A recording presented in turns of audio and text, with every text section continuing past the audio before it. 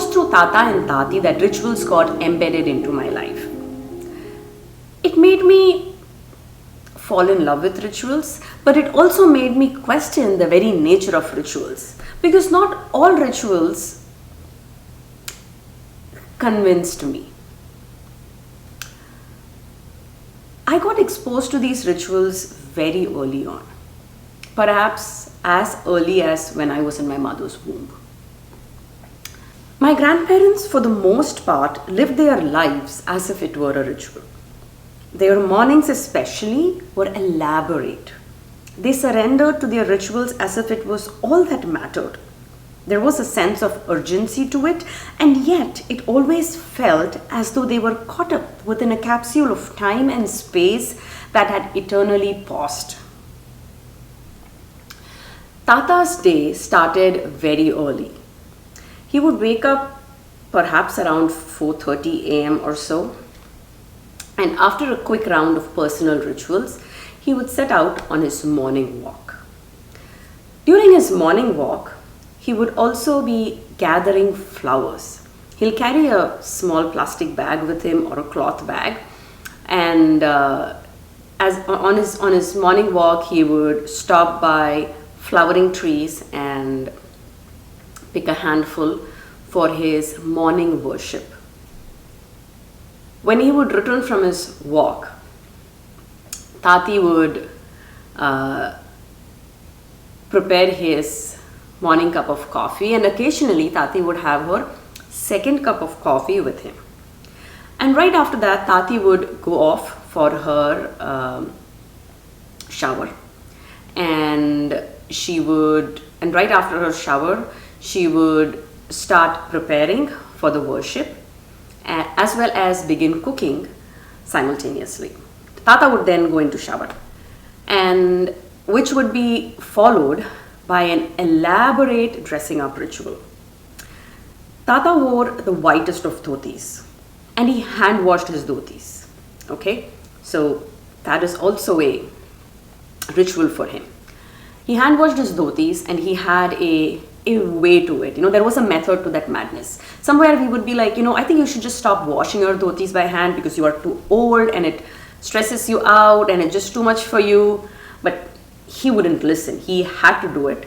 And the fact is, you could just watch him wash his dhoti. The number of times he would dunk it into a bucket, and the way he would take it out, fold it and wring it, and then wave it out to remove all the wrinkles and hang it up there. He wouldn't iron them, but they looked as if they were ironed. So yeah, he would wear the whitest of dhotis, and he specifically draped them in a style called as the Panchagajam. He would then smear his torso, his forehead, his hands with the vibhuti or the fragrant ash.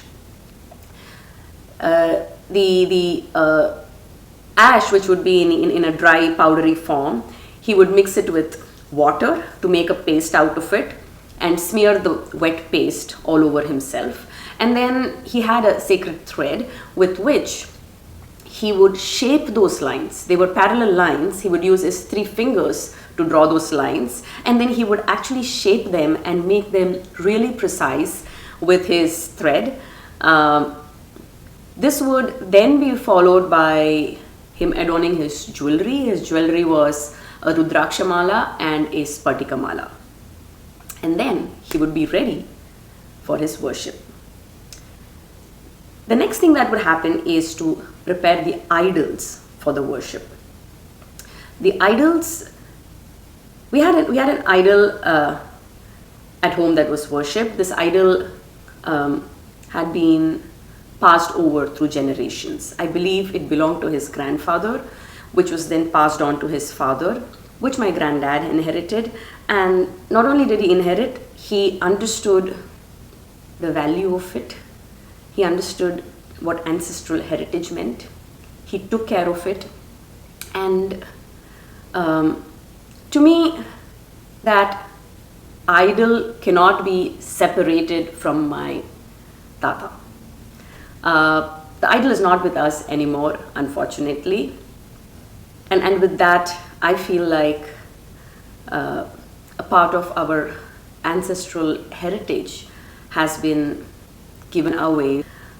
But nobody can give away my memories of Thatha, and I feel that when I'm telling these stories, I am keeping that ancestral heritage alive. Thatha passed on so many stories to me. I had the, I was blessed to grow up with him, with them, and I have all those stories. And I feel an added responsibility of retelling those stories so that that heritage does not disappear and vanish and die away. So there were these idols, and the worship would really begin with a preparation. So it was preparing the idols for the worship or the puja, and the preparation would begin by giving these idols a bath. Yes, it was always a bath, and it was never about washing the idols, because these idols were sacred. There was a belief that they had some sort of power to them, and so my grandparents would then give those idols a bath. There were oil lamps. These lamps were washed, and they would be left to dry. As they are drying, Thatha would grind fresh sandalwood paste. He had a little sandalwood, and there was a stone block.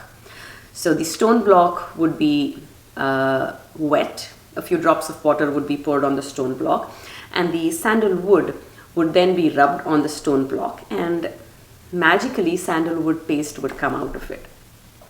The idols, once dried, would further be towel dried to make sure that they were absolutely dry, and then they would be given little pieces of garments that were stitched for them especially, and then they would be smeared with this sandalwood paste, and over the sandalwood paste there would be a little bit of kumkum that would be dabbed. They would all be put together and placed on their pedestal, and just before placing them on the pedestal, Tati would draw a column on the pedestal, and these idols would be placed on the column. A column is a pattern, and it's also a creative ritual, a traditional ritual, which is drawn at the entrance of homes.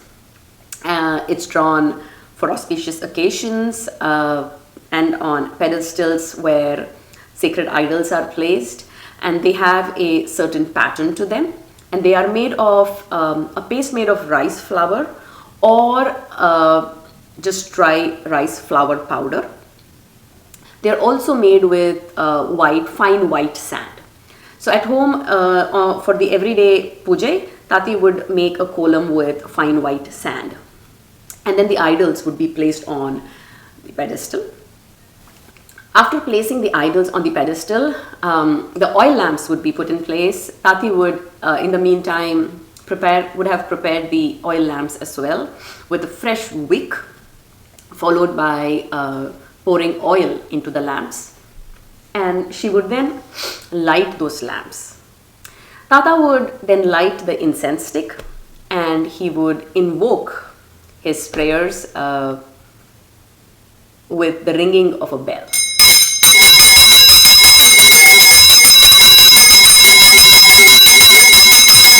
His worship would be elaborate and would last for nearly an hour. It was the same thing that he did every single day, and yet every day was different. And if you observed him, you would know that he would go through a whole range of emotions as he would be chanting his prayers. It was quite a fascinating sight. Towards the end of the worship, he would beckon all of us to give us the sacred water. So there used to be a conch shell, and the conch shell had some water in it with a little bit of holy basil.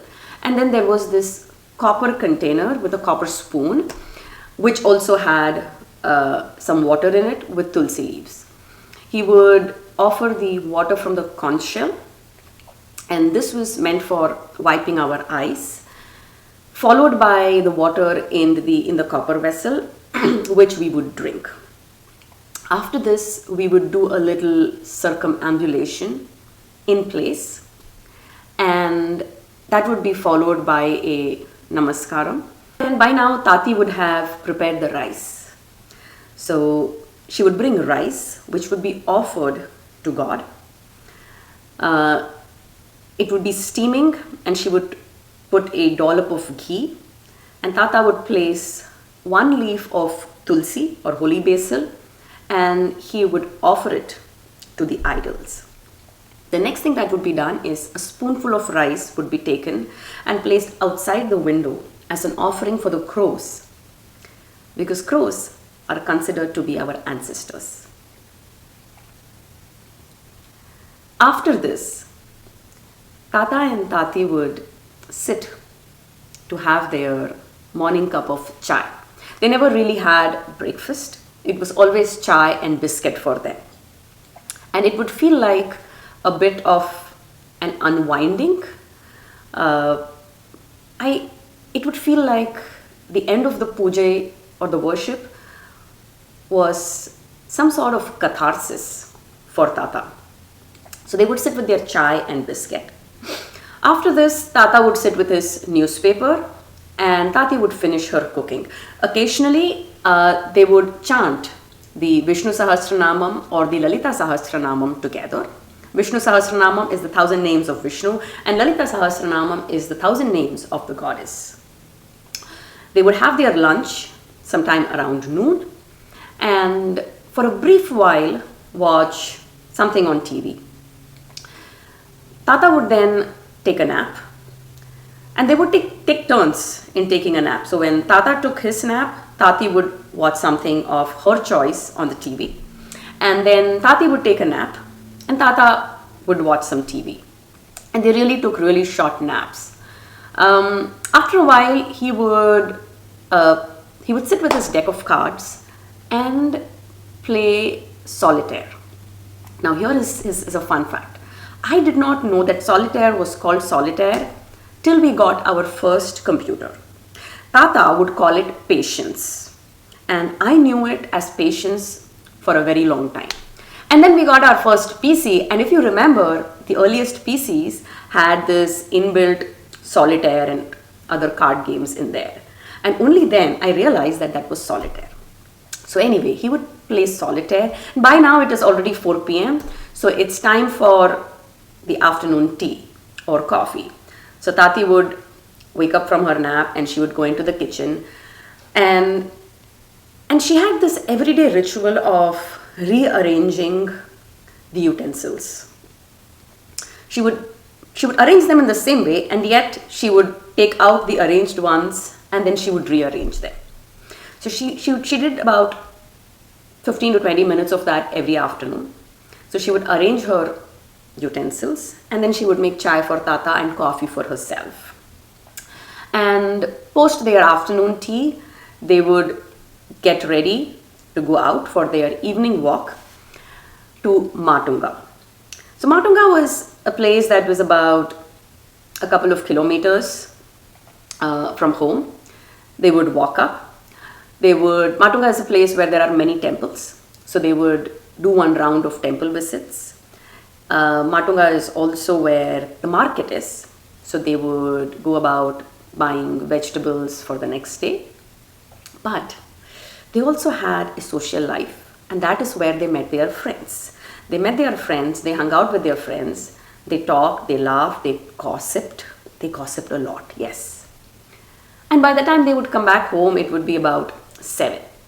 Post that, there would be dinner and watching news, right?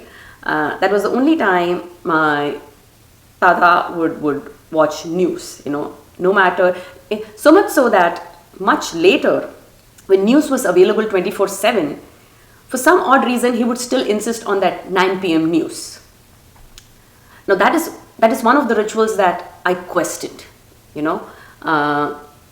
about the readiness or the not being ready to change. So yes, he had to watch that 9 p.m. news, and later it was bedtime. So anyway, this is what I saw them do every day for the 30 years of my life that I had with them. Thatha for 30 years and Tati for 35, 36 years. Mobile phones had started to gain popularity, but neither Thatha nor Tati knew how to use a cell phone. And sometimes I wonder had they known how to use cell phones, would they too have become slaves of these gadgets that we have all become? Would they too have become dependent on these screens, addicted to them? Or is it those rituals, is it that ritualistic way of life that did not allow them to, or they never felt the